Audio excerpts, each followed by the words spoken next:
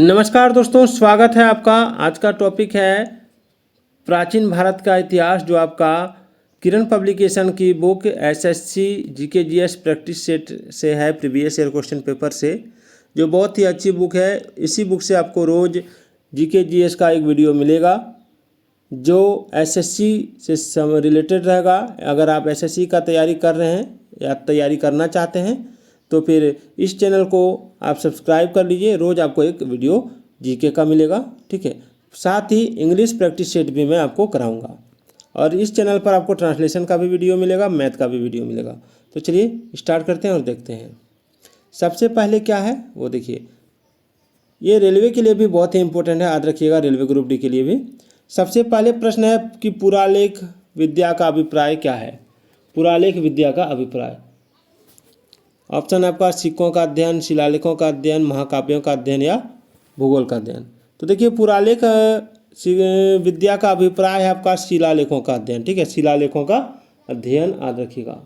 यानी अभिलेख या शिलालेख का अध्ययन को पुरालेख शास्त्र कहते हैं। अभिलेख आपका मुहर, स्तूप, चट्टान और ताम्रपत्रों पर मिलते हैं।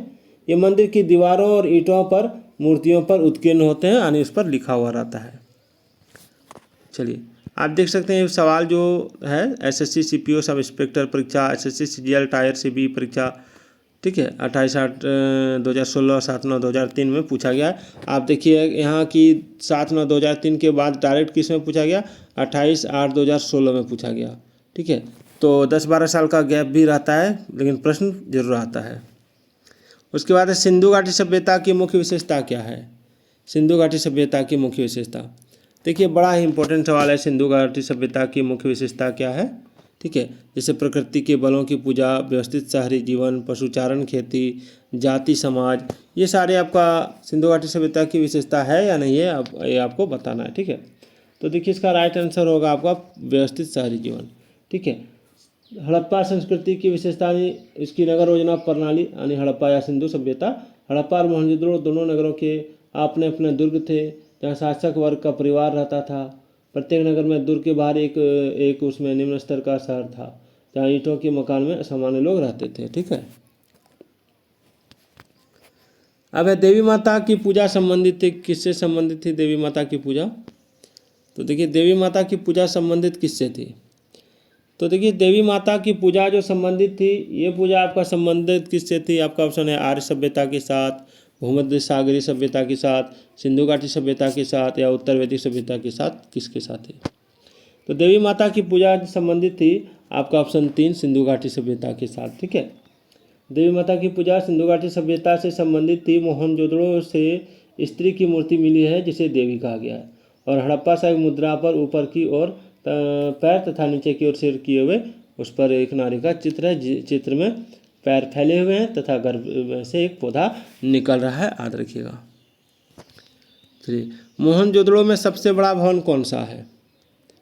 विशाल स्नानागार, धन्यागार, स्तंभ हॉल, या 2 मंजिला मकान।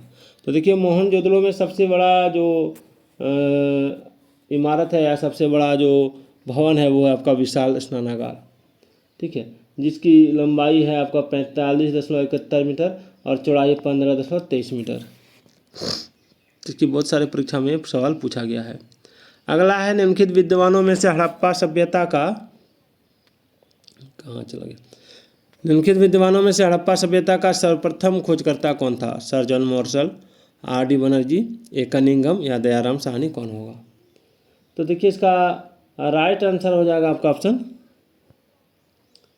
4, ठीक है, ऑप्शन 4 दयाराम साहनी। यानी हड़प्पा सभ्यता का सर्वप्रथम खोजकर्ता दयाराम साहनी थे, और हड़प्पा मोंटगोमरी जिले में यानी पश्चिमी पंजाब में रावी नदी के तट पर स्थित है। हड़प्पा की खुदाई सबसे पहले आपका सबसे पहले और इसी कारण से हड़प्पाई संस्कृति कहा जाता है।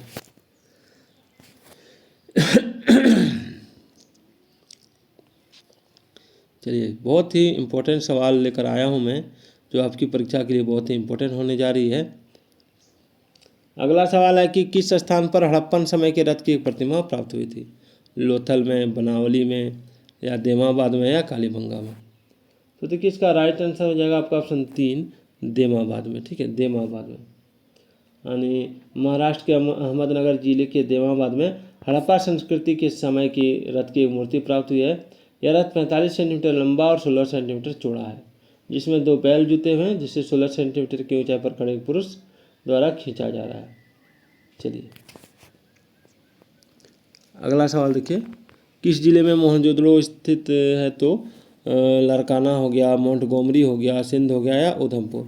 तो मोहनजोदड़ो जो है ये आपका मोंटगोमरी जिले में स्थित है, यानी पश्चिमी पंजाब के मोंटगोमरी जिले में। अगला है भारतीय शासन के प्रतीक। ये शब्द सत्यमेव जयते निम्नलिखित में से किस ग्रंथ से लिए गए हैं? उपनिषद से, सामवेद से, ऋग्वेद से या रामायण से। तो ये आपका लिया गया है सत्यमेव जयते जो है उपनिषद से, यानी मुंडकोपनिषद से। चलिए आगे है, भारत में वर्ण व्यवस्था किस लिए बनाई गई थी? भारत में वर्ण व्यवस्था तो श्रमिक गतिहीनता या श्रम की गरिमा को मान्यता देना या आर्थिक उत्थान या व्यावसायिक श्रम विभाजन। तो ये हो जाएगा व्यावसायिक श्रम विभाजन, यानी उसके काम के अनुसार जाति को बांटा गया था, वर्ण को बांटा गया था।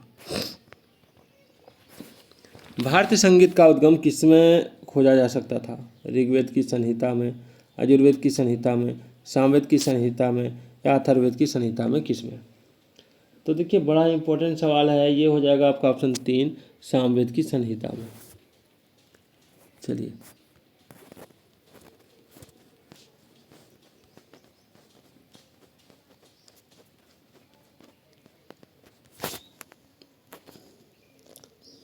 अगला सवाल है कि आरंभिक वैदिक काल में वर्ण व्यवस्था आधारित थी, किस पर आधारित थी?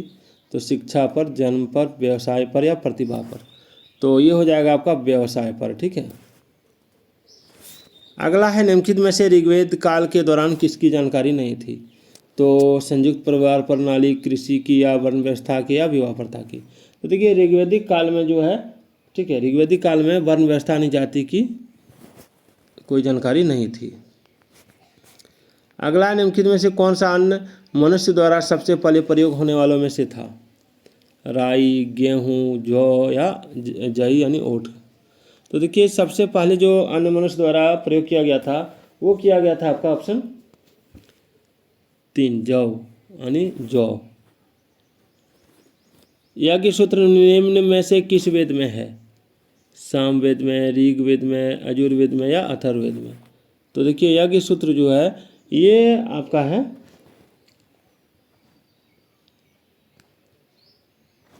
एक मिनट, शायद मैं सवाल पार कर दिया हूँ।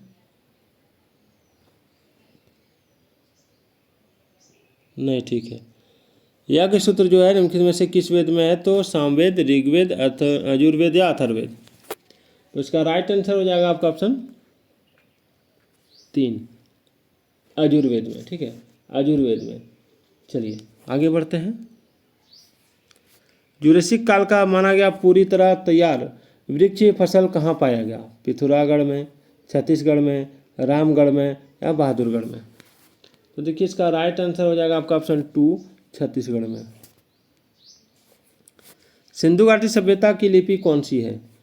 खरोष्ठी, अज्ञात, ब्राह्मी या तमिल। तो देखिए सिंधु घाटी सभ्यता की लिपि जो है वो है आपका ऑप्शन 2 अज्ञात, ठीक है। यानी सिंधु घाटी सभ्यता की लिपि अभी तक अज्ञात है, सिंधु लिपि की भांति ही उसकी भाषा भी अज्ञात ही है। ऐसी स्थिति में लिपि अन्वेषण के लिए कोई द्विभाषी लेख सहायक सिद्ध हो सकता है, याद रखिएगा, ठीक है।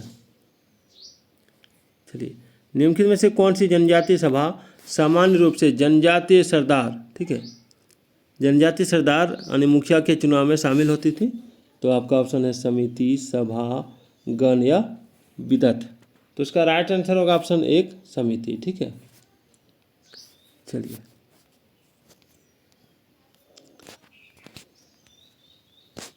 18 नंबर का सवाल थोड़ा सा कट गया है, यदि कोई दिक्कत नहीं। 19 नंबर देखते हैं। अगर 19 नंबर में है कि आर्यन जनजातियों की प्राचीनतम बस्ती कहाँ है? उत्तर प्रदेश, बंगाल, सप्त सिंधु या दिल्ली। तो देखिए आर्यन जनजातियों की प्राचीनतम बस्ती जो है वो है आपका ऑप्शन 3 सप्त सिंधु, ठीक है, सप्त सिंधु। यह क्षेत्र लगभग 1500 ईसा पूर्व आर्यों ने अपने निवास स्थल के रूप में अपनाया और सप्त सिंधु का क्षेत्र कहलाया इसको, ठीक है। 7 यानी यहाँ पर 7 नदियाँ थी।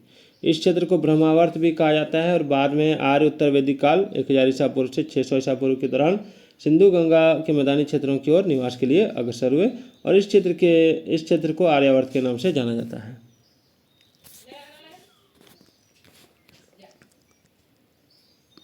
अगला सवाल है सिंधु अर्थव्यवस्था की ताकत थी। तो सिंधु अर्थव्यवस्था की ताकत क्या थी? तो कृषि, व्यापार, चाक पर बना के मिट्टी के बर्तन या बढ़ईगिरी। तो देखिए सिंधु अर्थव्यवस्था की ताकत आपका था कृषि। ठीक है, तो दोस्तों ये थे महत्वपूर्ण 20 प्रश्न। तो आज का ये वीडियो कैसा लगा? अगले वीडियो में फिर आपको 20 प्रश्न मिलेगा। तब तक के लिए जय हिंद, जय भारत।